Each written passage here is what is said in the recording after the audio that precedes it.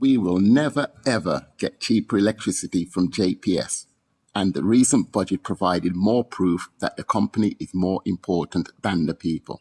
Globally, solar and wind have been delivering cheaper electricity for years, but not a dollar from the budget went to renewable energy.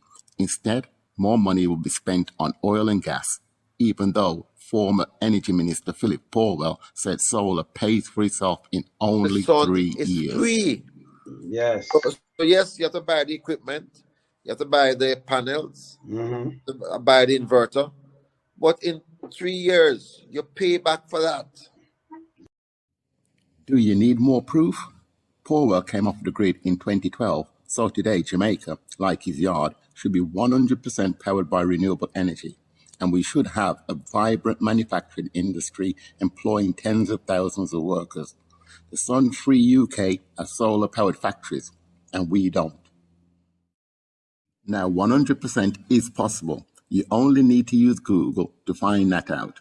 But instead, the JLP and the PNP took advice from the World Bank and introduced natural gas imported from the US.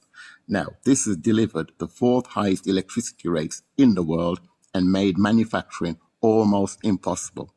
This energy policy is also the biggest contributor to the weakness of the Jamaican dollar and therefore rising prices and poverty. Now, in his budget speech, Clarke told Parliament why this dependence had to end. You know, and there's no developed country, if you look carefully, you know, that's as exposed to the price of oil as we are. None. Because they know that this is not a way to structure the economy. We must rid ourselves of this unhealthy dependence on oil.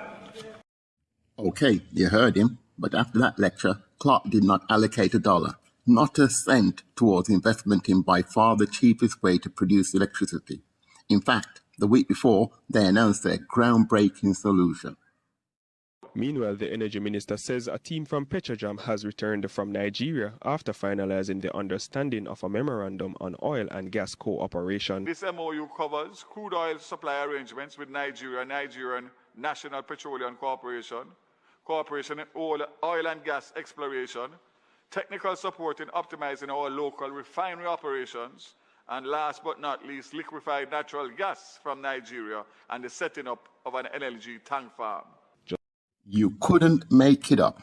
And a few days later, here is what the PM had to say during the budget debate. We must take bold and decisive steps to reduce the extent of our dependence on oil and gas imports for our domestic energy needs.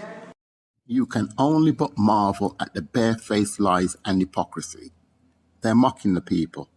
It is clear they have no intention or interest in trying to deliver cheap electricity, none. And what about the debt that we are told is going down? Well, in 2013, it was just under $2 trillion, but at the end of December 2021, it was $2.2 trillion. Is that a decrease? But what you're not told is that over 2.3 trillion has been spent servicing it. Let that sink in. The evidence is overwhelming. The JLP and the PNP do not run the country for the benefit of the people. And if this treasonous mob are not challenged now, right now, Jamaica will remain poor and dependent on charity and slave labor industries forever. In January, I submitted a request to MOCA to urgently investigate these issues. In February, I was told the request was being reviewed, but by now, many people should be in handcuffs. So I have no confidence that action will be taken. So we, the people, must act.